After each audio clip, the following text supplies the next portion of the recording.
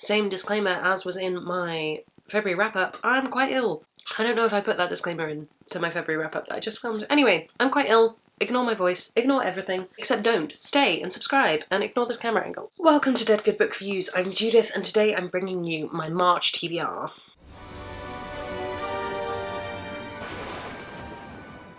She's in frame! March TBR. As ever, I'm going to try and read 19 books in March, 5 of which are going to be rereads. The rest are going to be new books, some of which I got in February, some of which I've had on my shelf for ages, some of which are ARCs that were sent to me, some of which are books that were gifted to me by friends, some of which I bought with my hard-earned cash, most of which I'm very excited to read. In fact, all of them. There's none that I'm not excited to read. One book on this list is a carryover from last month because I did not finish it and it is a review copy and that is very bad of me. On with the show. I talked a little bit about this in my wrap-up. I've decided to shift the format, so you're probably going to hear this 3 times if you watch all 3 of these videos, but in case you don't, here's the update. My wrap-up is going to be everything I thought about the books that I read. My haul is going to be just a quick look. Look at all these books that I received. Aren't they wonderful? Titles, authors, covers, maybe a tiny one-liner first impression. My TBR, which you are welcome to now, is going to be the in-depth, sit with my laptop, work out what this book is about, prepare myself for the oncoming month, and do some proper, like, this is what I think I'm going to think about this book stuff. So yes, as ever, I sit with my laptop when I do these videos because otherwise I have to script them out completely. So if there's a little bit of weird underlighting, you can live with it. I'm going to kick off with review copies, move into my owned TBR that I'm going to try and read down, and then we will go to rereads. I've already picked these from my rereads jar because I was just too excited. Let's start with the carryover from last month. This is Wicked As You Wish by Rin Chupeco. I did start this book. I got probably about 30% in, about a third of the way. Couldn't get into it, but I'm determined to finish it because I think it's probably a very good book. I just went in with the wrong expectations, which is why we're here today, to reassess my expectations. I'm not going to read the whole blurb for this because I talked about it before, but basically it's a Filipino heroine, magic exists, and there's a lot of Alice in Wonderland references, but then also a lot of Arthurian references, and I think that was where I was getting confused. I think it's one of these books that's like mashing together a lot of storytelling elements, which normally I'm very here for, but when you're expecting a book that is not that, it's very jarring. So we have a handsome prince who's the sole survivor of the Avalon royal family. So it's a journey back to Avalon from this town in Arizona where magic doesn't work, and it's a bit of a, I was about to say mess, but that's a bit of a negative word. It's a hodgepodge is what I'm going to say. I'm interested to read this because I think once it's got to the end I'll be like, okay, that was what was trying to happen. I've not read one of Rin Chupeco's books before. It's a little bit magic in the real world, which is never my biggest jam. I like either a very magical world or a not magical at all world, but the crossover is sometimes a bit jarring. Yes, this is going to be my first book I read this month, mainly because it's the review is due, very much due, and also because I just need to get it off my list. This comes out the 3rd of March, so this is out in, by the time this goes up, in 2 days. Maybe I'll have read it already by then. I love the future. Some people will really love this book. I don't think it's going to be for me, but we read, we persevere, we learn. Next, I have Night of the Dragon by Julie Kagawa. This is the 3rd book in the Shadow of the Fox series. I've read the first 2 and I really enjoyed them. I thought the first one was really good fun. I can't remember what happened in the second one. I'm going to have to look up a recap of that. If you want to skip potential spoilers for the first 2 books, if you've not encountered them, then I will put a timestamp on the screen and in the description so you can skip spoilers for that, but I'm going to read you the blurb of this. Kitsune shapeshifter Yumiko has given up the final piece of the Scroll of 1,000 Prayers in order to save everyone she loves from imminent death.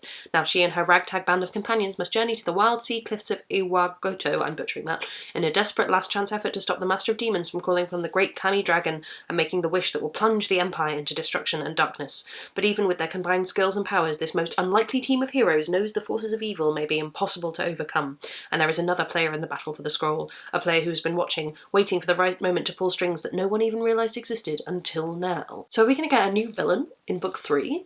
Intriguing, interesting. I like these books, they're fun YA fantasy. I'm interested to see this series end. I think this is the end of the series. Let's check, that's what this is for. It looks like it's the end of the series. I don't know. I'm really looking forward to this one. I'm going to look at a recap for book 2 because I don't have the time to reread, but I will be recapping it into my brain before then. Next, I have an adult book. We've got a bit of YA, got a bit of adult. This is Weave the Lightning. This comes out from Rebellion in early April, I think. April the 7th. Look at that. Gerrit is the son of Boschgania's Supreme General. Despite his powerful storm affinity and the state's best training, he can't control his magic. To escape the brutal consequences, he flees. Kelka is a travelling circus performer, hiding both her link to the underground and her storm affinity from the prying eyes of the secret police. But Gerrit's arrival threatens to expose everything: her magic, her family, and the people they protect. The storms have returned, and everything will change. I'm a real sucker for storm powers. I'm the kid who used to stare out of her window on days like today and like stare at the branches of really far away trees and imagine I was the one making them move with wind powers. And I definitely don't do that anymore. It's a rebellion book. Sometimes rebellion books are really, really good. Sometimes they're really high concept but not so great execution. I have a thing with Russian inspired books or Russian books that sometimes they just sort of use Russia as just a place. So I'll be interested to see whether there's a cultural transference there. What period is this set in? Where are we at with this? It looks, from the cover, which will be up on the screen for you but is not up on the screen for me, it looks very kind of communist. So maybe that's what it's going for. I don't know. We'll find out together. It's going to be very exciting. I'm getting more and more excited for this TBR. This is definitely the right way to do it. It's an informal, I'm allowed to read this, I don't need to pretend like I'm all-knowing. Next, I have Sword in the Stars by Corey McCarthy and Amy Rose Capetta. This is the second book in the Once and Future series. I want to say that's what it's called. So this comes out, I think, from Rock the Boat in the UK in April again. I think it's around about the 7th of April. I'm about to read the blurb. There may be a spoiler in this for book 1. If you haven't read book 1 yet, get on that, but also I'll put a timestamp. To save humanity's future, Ari, Merlin and the Knights of the Rainbow must pull off a heist thousands of years in the past and travel back in time to the unenlightened Middle Ages to steal King Arthur's Grail. But the time travellers must tread carefully. If they come face to face with the original Arthurian legend, it could alter the course of history. It's a risky game of lies and chivalry for Ari, while Merlin confronts his nemesis, unravelling the dark truth about his wizard origins in this galaxy-altering conclusion. Oh, so this is a duology. Oh, interesting. That actually doesn't excite me as much as if it were just a straight sequel, as in not involving time travel, might. Time travel is a tricky one, especially in YA, because time travel tends to get bogged down in things. The first book is very fun. It's a book that goes, yeah, you know, we're doing King Arthur in space, everyone's LGBTQ, just get on board, it's going to be great. Whereas this sounds like it's going to be, let's talk about time travel, which I'm not 100% here for. I liked the first one well enough. I didn't think the writing was amazing. I loved the concept and I loved the characters, but the actual writing, I was a bit like, this is odd tone. Throwing in a complicated thing like time travel maybe won't work, or it could be amazing. We'll see. This next one, I don't know who else is going to be as excited as I am, and my wife is, but I'm excited. This is The Girl and the Stars by Mark Lawrence. If you know me, you know I am, for my sins, a diehard fan of the Red Sister trilogy, Books of the Ancestor trilogy. I think they are really well written. I think they are great characters, a great plot, and I just like them. They're just those books, they're just books that speak to me, and the audiobooks are great. So this book is set in that same universe, but is a little bit different. So I don't think this is going to spoil anything for you if you haven't read those books. If it does, I will put that on the screen. Only when it's darkest can you see the stars. East of the Black Rock, out on the ice, lies a hole down which broken children are thrown. On the vastness of the ice there is no room for individuals, no one survives alone. To resist the cold, to endure the months of night when even the air itself begins to freeze, requires a special breed. Variation is dangerous, difference is fatal, and Yaz is different. Torn from her family, from the boy she thought she would spend her life with, Yaz has to carve a new path for herself, in a world whose existence she never suspected, a world full of danger. Beneath the ice, Yaz will learn that Abeth is older and stranger than she had ever imagined. She will learn that her weaknesses are another kind of strength, and she will learn to challenge the cruel arithmetic of survival that has always governed her people. Only when it's darkest can you see the stars. This could be a good book. This could be a really insensitive look at disability. But what I'm excited about is this world Abeth that is set up in the Book of the Ancestor trilogy is really, really fascinating, and you definitely get the sense that Mark Lawrence wrote a lot more about it than he put into those books, and I feel like this book is going to be a real opportunity to see more of that. So I'm excited to read this, and depending on its kind of treatment of this character who is different or variant, if it ends up being a, oh, how inspiring to be disabled kind of story in a non-good way, then I probably won't read any further. I'll just look up summaries of the next books. I'll be that person. I'm really looking forward to reading this, and I know a lot of people don't like Mark Lawrence or his books, but in this case, I'm hooked. I can't help it. Last of my review copies, I have Goldilocks by Laura Lamb. I was very, very excited to be approved for this. Let's read about this sci-fi book. Ravaged by environmental disaster, greed and oppression, our planet is in crisis. That's true. The future of humanity hangs in the balance, and one woman can tip it over. Despite increasing restrictions on the freedoms of women on Earth, Valerie Black is spearheading the first all-female mission to a planet in the Goldilocks zone, where conditions are just right for human habitation. It's humanity's last hope for survival, and Naomi, Valerie's surrogate daughter and the ship's botanist, has been waiting her whole life for an opportunity like this, to step out of Valerie's shadow and really make a difference. But when things start going wrong on the ship, Naomi starts to suspect that someone on board is concealing a terrible secret, and realises time for life on Earth may be running out faster than they feared. Yes, this is the kind of sci-fi I love. It's women, it's probably character-driven, is the suspicion I'm getting here. There is something going wrong in space, which deeply terrifies me. As somebody who has a problem breathing, which I don't know if you pick up in these videos, but my lungs do not work properly. The idea of decompression in space and there just being no air really freaks me out. It's why I just can't read like books where people survive on Mars. I just get terrified. But yeah, this sounds great. As much as I'm not a very big sci-fi reader, the sci-fi I have loved has been female written, so looking forward to reading this. Right. That's all my arcs. Moving on to my owned TBR. I have quite a lot of owned TBR because, as I say, not much is publishing in March, or I read the March stuff in February. So with that in mind, I have 8 books from my owned TBR on this list, which feels like just such a huge success. I've been able to move my whole TBR up a shelf as a result of this video. I mean, wild. First up, I have The Hero of Ages by Brandon Sanderson. This is the 3rd book in the Mistborn series. It's an epic fantasy, it's adult fantasy. I think everyone and their mum who calls himself a fantasy fan has already read this series. I'm just getting to it now. I'm not going to read this blurb because I feel like reading the blurb of book 3 for a non-new book is just a little bit excessive, but this is a great series with a really good hard magic system, and I am excited to find out what happens. Next, I have a book that I received for my birthday from my lovely wife. This is The Sleeper and the Spindle by Neil Gaiman, illustrated by Chris Riddell. This is just stunning. I posted like 3 photos of this on my Instagram because it's so beautiful. I just want to have a moment to talk about this semi-sheer dust jacket. It's going to make a lot of noise, so I'm gonna just take that off. But just, it's so pretty. It's so beautiful, and the inside is equally beautiful. Chris Riddell's illustrations are some of my favourite in the entire world. This is obviously not going to take very long to read, but it may be many hours of me just lusting over the images. That sounded odd, especially with this image on the front, but just like, they're so beautiful. You may think you know this story. There's a young queen about to be married, there are some good, brave, hardy dwarfs, a castle shrouded in thorns, and a princess cursed by a witch, so rumour has it, to sleep forever. But no one is waiting for a noble prince to appear on his trusty steed here. This fairy tale is spun with a thread of dark magic, which twists and turns and glints and shines. A queen might just prove herself a hero if a princess needs rescuing. Like, yes, give that to me. Every moment of every day. Recently I read Belle Revolt by this author. This is Ruin of Stars by Lindsay Miller. This is the sequel to Mask of Shadows, so I've kind of skipped over this one to read her latest book, but I'm coming back to it now. I bought this in foils quite a while ago. Spoiler alert for book 1. As one of the Queen's assassins, Sal finally has the power, prestige and permission to hunt down the lords who killed their family, but Sal still has to figure out who the culprits are and must enlist some old friends and enemies to help. Meanwhile, tensions are escalating with the Queen, and the charming Elise is being held prisoner by her father. But there's something terribly wrong in the north. Talk of the return of shadows, missing children, and magic abounds. As Sal takes out the people responsible for their ruined homeland, they learn secrets and truths that can't be forgotten. I have a vague recollection, I'll have to dig out my copy, it's somewhere around me, that in Mask of Shadows they just said Sal a lot on the back cover, and I don't know if that's because they didn't want to reveal that they had a gender-fluid protagonist, or if they just weren't quite there with the they-them pronouns yet, but in this one they've used they-them-their pronouns, so that's really nice. I'll be interested to see how it goes. I think I've said this before, but the first book has a really clear structure to it, and this one feels like it won't, because it just doesn't. It's not a game anymore. So it'll be interesting to see how this manages, because Belle Revolt didn't have a very clear structure to it either, and I liked it much less. I think Mask of Shadows is probably going to still be my favourite book of Lindsay Miller's so far, but I am excited to read this. I'm very excited to have finished that duology. That's what I'm looking forward to. Next up, I have a book that I received from a lovely friend Asher for Christmas. This is The Starless Sea by Erin Morgenstern. This book has been sat on my shelf since Christmas, despite me being incredibly excited to read it, because I'm so scared that it's going to be bad.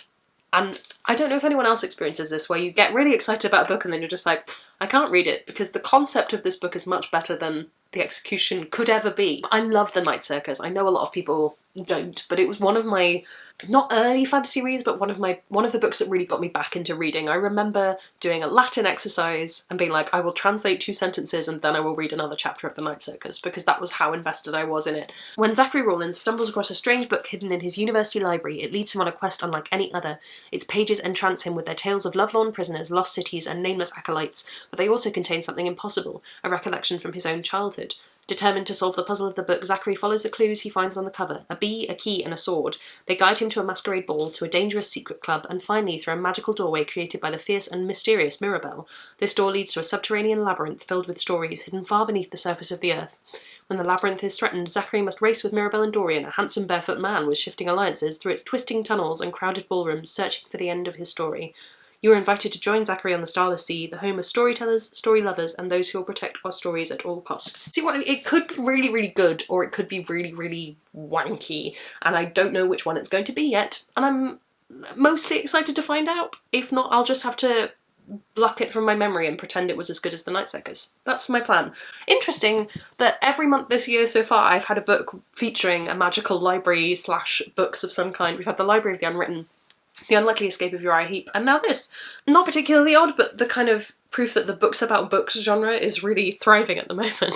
Next, I have another lovely book brought for me by my amazing wife. This is Supernova by Marissa Meyer. I reread the Lunar Chronicles series, books 1 to 3 of the Lunar Chronicles series in January, so it's nice to get back into some Marissa Meyer. This is the 3rd book in her Renegades trilogy: Renegades, Arch Enemies, and now Supernova. I don't want to talk too much about these books because I really think they're worth encountering for yourself. They are really good YA superhero books. They just draw me in. They grab me. They're silly and light and also simultaneously quite sad, but overall they're kind of just like, aha, superheroes are always fun. This is chunkier than I thought it would be, but thinking about it, Winter was really chunky as well, so maybe that's just Marissa Meyer's kind of thing. I think there'll be a lot of reveals in this book, some of which as a reader you already know about, and it'll be really interesting to read the fallout from those revelations. Next we have Dark and Deep is Red by Anna Marie McLemore. This was a book that I bought for myself in January and I just can't wait anymore. I need to read it now. This is medieval queers, is the way I've heard it described. 2 girls, 500 years apart. Summer 1518, a strange sickness sweeps through Strasbourg, France.